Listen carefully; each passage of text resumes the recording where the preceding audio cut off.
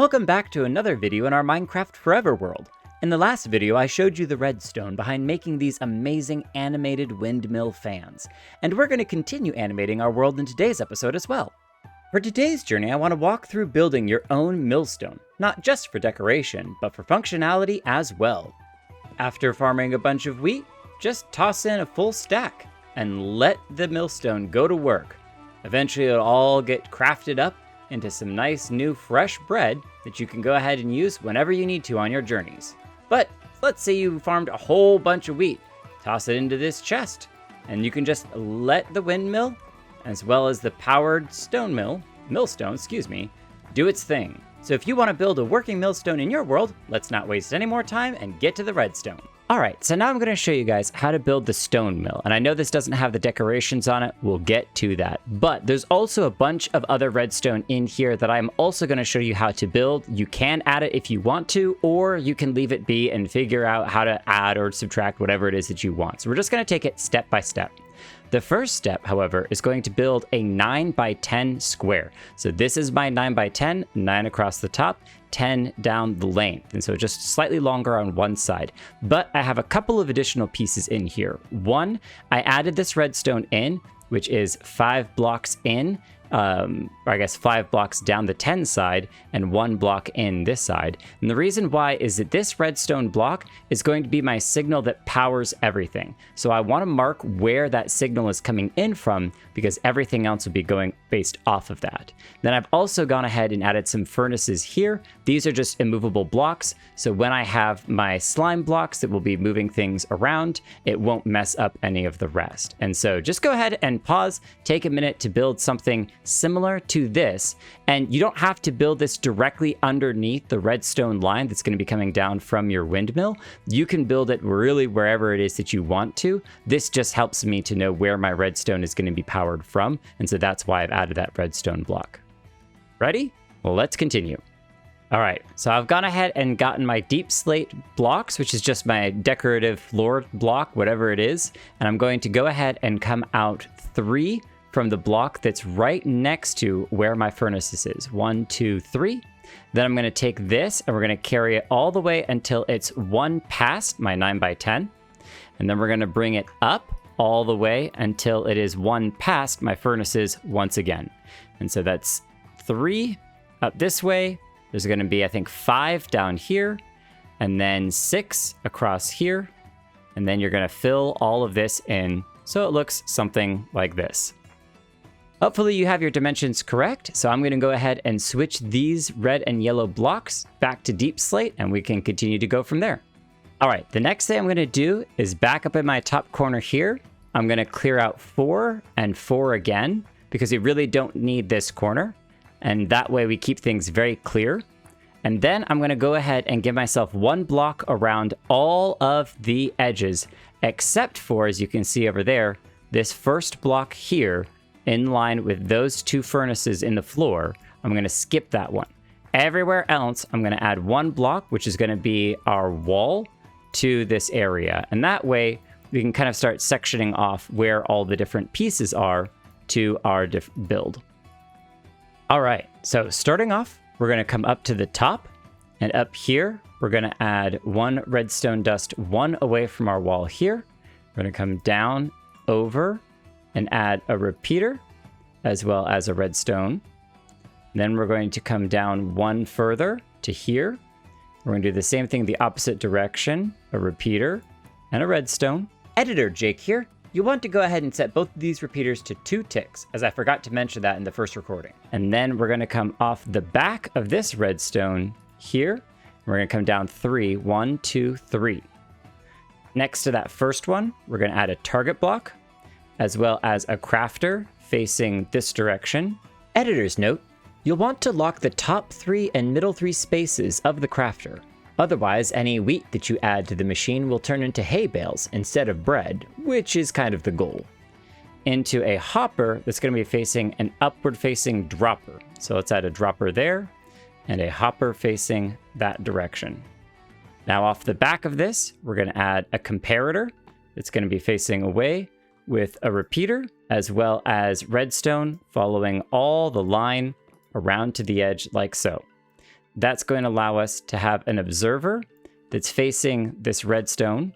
If you need to, if you're floating like me, add a support block so that you can add an observer facing the redstone and target just the redstone. You can get it like that. And then we're going to get back our target block because we need to place a repeater facing into this redstone line here with 1 tick, a repeater facing away with 1 tick, a redstone line next to it, and a target block on top of this furnace. Now we're going to add a sticky piston facing this direction. We're going to add 2 furnaces on this side. And I forgot to mention that these 2 blocks here should also be furnaces. That way, as our sticky slime blocks, which will go in front of the sticky piston just like that, are moving back and forth, they're not going to pull these blocks because these will be stationary furnaces. And then finally, we're going to add 1 observer facing that furnace. So now we have a nice little 2x2 here to both power and reset the rest of our machine. And then, for good measure, we're going to go ahead and add a block here. And that way we kind of fill in a little bit of a wall. This is also where our ladder to get to this place is going to go. We're not quite done yet. I almost forgot. We need to put a block here. And we're going to move our redstone block up by 1 to that point. So that way we can add 3 redstone dust in a row.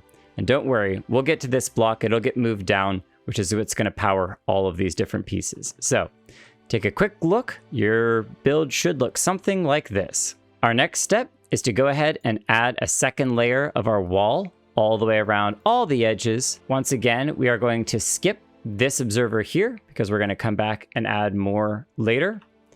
You can add whatever decoration block you want on top of the furnaces. It's not going to matter. So now you have your wall as well as that pillar there. We can go ahead and add a ladder to it. Why not? Now that you have your wall all the way around, now we're going to add a little bit more redstone. First up, we're going to add an observer facing this one, so that way we can take the signal up. We're going to have an observer facing that direction, and another dropper facing up, because we're moving items vertically. In addition to that, we're going to start our hopper line, which we're going to put 1 on top of the crafter, and then take 1, 2, 3 this direction, and we're going to add 2 this direction. So it's going to be in the center of our stone mill. Now this is where things get a little fun. We're going to put an observer facing down on each of the points of our redstone. So 1 observer facing down here, 1 observer facing down here, 1 observer on this point, and 1 observer here. So you should look something like that. We're going to start once again by going around and adding 1 to our wall. Skipping this one once again, and we'll start there once more by adding another observer facing up, an observer facing over, and a dropper facing vertically. That's not a dropper. There we go. Now, what we're going to do is add a block to each corner of this square here. And we're going to add a piston, not a sticky piston, facing in towards the center on the edge of each of these blocks. So they should be on top of the observers, facing towards the center of this area. We're going to add hoppers on top of the one here next to the piston, and 1 here, right in the middle. And we're going to add, you can add furnaces, or in this case, for decorative purposes, I decided to add blast furnaces next to each of the pistons.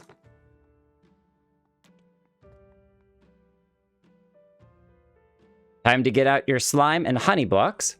We're going to add in a corner, slime, honey, slime, skip 1, honey, slime, honey.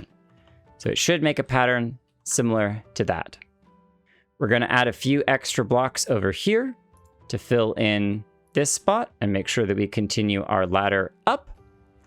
And last but not least, we want to add a sticky piston facing down to be able to push and pull our redstone block as need be. We are almost done, so hang in there just a little bit more. Once again, I'm going to start by building my wall up on every edge. This time, however, we do not need to skip it. We can go straight over that observer. And now we're going to add our decorative blocks on top of the honey and slime. So we're going to do stone, andesite, andesite, stone, light gray concrete powder, light gray concrete powder. Then in the middle, we're going to add our hoppers here and our hoppers here. Another thing we don't want to forget is an observer that's going to power this piston. So I'm going to actually add 2 fill blocks here, just so I can put an observer facing that direction. Now I can clear this block, but it probably will start the machine. So we'll see if that happens. It does. There we go. And now our stone mill, though clearly not decorated, is working, which is both great and not ideal. So we're going to come back down here, and I'm going to move my redstone block up back to its original position and turn the machine off. That's much better. Let's get to decorating. I'm going to start off by putting spruce stairs across all of these blocks here. And then I'm going to put spruce planks here, over here, and all across this run there. I'm going to add them across here as well. So we've kind of created a spruce circle with our hopper right on the edge. We're going to add a chest on top of here. And we're going to make it a double chest. I'm going to put some filler blocks on these 2 points here on either edge. So that way I can add some spruce trapdoors to here and here. And then we'll go ahead and clear those back out. And that way we have spruce trapdoors on the corner of our millstone, hiding where the holes will sometimes be. I'm going to do the same thing on the opposite side, add our spruce trapdoors there, go ahead and remove those. Now we have our stone mill that should be working wonderfully. Over here, we're going to add a chest, and I'm going to take 2 spruce slabs in front of it. And I'm actually going to remove this trapdoor. I apologize that I put it there earlier, to put a trapdoor in. So that way I can go ahead and add flooring in to the rest of this area. We're going to add spruce planks up there as well. And we can fill this in however we want to. At this point, you're free to decorate it however it is that you like to, and you can power it however you want to as well. Feel free to use this stone mill in other builds, whether it's a water mill or something else, or just try to build it for a different aesthetic. I'm going to go ahead and move this into position where I want my second windmill to go on that hill in the background, and I'm going to position my windmill above it as well, and then I can work on decorating it with you. So, now that I have both of my different redstone machines, and you can call them lag machines if you want to, but I call them aesthetic lag machines, in position, I'm going to work on powering them, and I want them to both work off of the same lever powered at the same time. And so I'm actually going to change up this system. It works, but I have a little bit of a different idea. So we're going to go ahead and remove both of these, as well as that. And instead, what we're going to do is we're going to clear out all of that area and put a redstone block in. This block is what's going to be powering the target block, and that's going to power everything else. And then because you can't have slime or sticky pistons pushing those, or else they power themselves, we're going to add a slime block, and then we're going to add a sticky piston facing the other direction. So we're going to grab ourselves an extra couple of blocks and put a sticky piston in position. There we go. And now it's going to not power itself, but what we don't want is for this slime block to be pushing blocks around, especially when it can be connected to this block. So we're going to go ahead and add a blast furnace to make sure that it can't move things around. And we're going to put it in the same spot as this one here as well. And then we're going to surround it on all sides. There we go. And now that slime block can move freely without worry about it moving anything else. Then what we're going to do is we're going to go ahead and add another filler block or 2. And we're going to send a observer looking down that will send the signal through the redstone up to power that. I'm going to go ahead and remove that. Add a copper bulb in there because you want to take a single signal or a double signal from more observers and turn it into a single signal that will go through the rest of that. And so we're going to come down here, and at this point, we're going to kind of find where we want our lever to be that will power all of our different contraptions. And so I think something like this will be good, but we're going to go ahead and put our lever here. That way we can add a copper bulb there. And now we can send observers from this particular copper bulb all the way up. So let's go ahead and stack these up. And I'm gonna go ahead and flip my lever into the down position because I think once I get this pointing up here, it's gonna go ahead and start that, which is what will be on. Nope, so I may have done that opposite. But let's go ahead and see. If I flip this, does our windmill start? It does. Excellent. And if I flip it again, it should all turn off. Excellent. And now we're going to go ahead and add another observer here, which actually I think I'm going to go ahead and turn our windmill up there back on, because as soon as I add an observer here, it will turn the stone mill on. So let's go ahead and add one there. There we go. And now both of them will be going simultaneously. Our stone mill at the bottom, our windmill at the top. And now if I flip this, both of them will stop. Perfect. And now we can decorate this however we want. That's looking really clean. Now all we have to do is add the decorative touches. So let's do a time lapse and I'll talk through the different decoration choices that I made along the way. I started by building around the redstone and adding a basic roof. After finally deciding on a color for the roof, I added some flat walls of stripped birch or tough bricks, broken up by spruce log framing and some granite roofs to add some shape. On the lower levels, I added some windows, both for light and to add some more shape, and finally came the detailing, with campfires, trapdoors, gates, fences, and some extra stairs. With the main shape done, I took about another hour block swapping some textures with smooth granite, stripped oak for the shadowed or stained birch, and made just a little greenery. Adding in some tall grass and a few decorations around the base really did a lot to blend it into the landscape. And then of course over here I added a tall tree just to kind of balance it so that the building didn't stand so alone in the landscape when you're looking at it from a distance. For interior, I decorated the top just with some cobwebs and cross beams, as well as something to kind of hold a lantern, and then an upper level which just housed some extra storage, some hay bales, a kind of tool bench, and maybe a ledger area where somebody's keeping notes on all the different things that are coming in and out of the windmill.